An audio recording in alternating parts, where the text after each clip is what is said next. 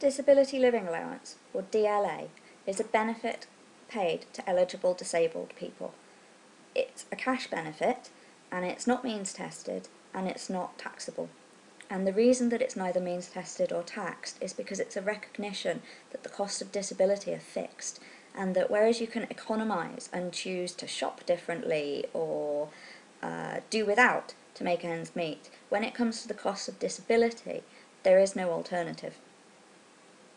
Disability Living Allowance is paid to people under 65 who need help with their personal care or supervision or help getting around. It's paid in two components, the care component and the mobility component. The care component is paid in three rates. It's lower, middle and higher rate, and it's for help or supervision with personal care needs. Now that means basic things like to qualify for lower rate care, you have to be unable to prepare a main meal for yourself. Not a ready meal that goes in the microwave, but food that goes on the grill or on the hob or in the oven. So you might qualify for that if, for example, you have very severe arthritis in your hands and your feet, so you can't stand to cook and you can't safely transfer a pan or chop anything up. Middle rate care is paid for people who need more substantial help, either during the day or during the night.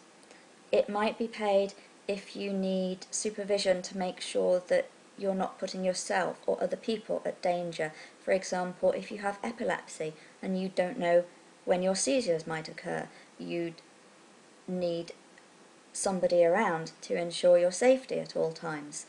If you have perhaps very severe behavioural or learning problems, you might need somebody there with you during the daytime to ensure that you're kept safe. For the higher rate of the care component, you must need help both during the day and the night, and that help must be substantial. So to qualify, you would need help, for example, going to and from the toilet and help perhaps getting off the toilet. You might need somebody to help you turn over in bed at night, or if you have breathing difficulties, somebody there to keep an eye on you.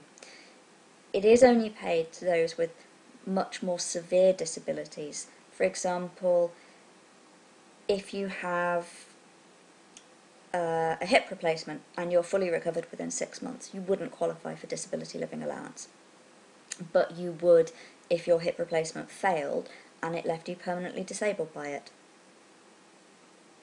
The mobility component is paid at a lower and a higher rate.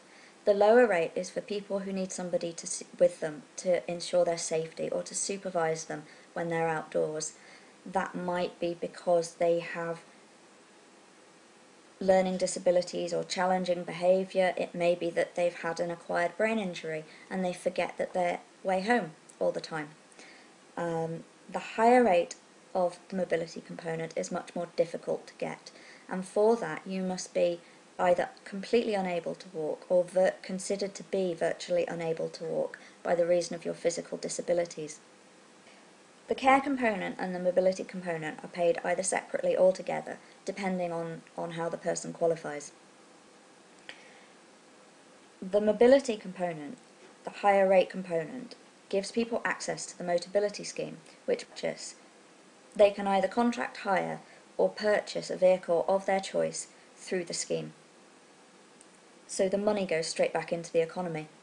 For some disabled people that will mean purchasing a Motability vehicle, but for others it's used to purchase a power wheelchair or a scooter, because those tend to be very expensive, and although the NHS provides electric wheelchairs, it only provides them to people who need to use a wheelchair full-time indoors, and they will only be provided with that wheelchair after using a wheelchair indoors for a minimum of 6 months.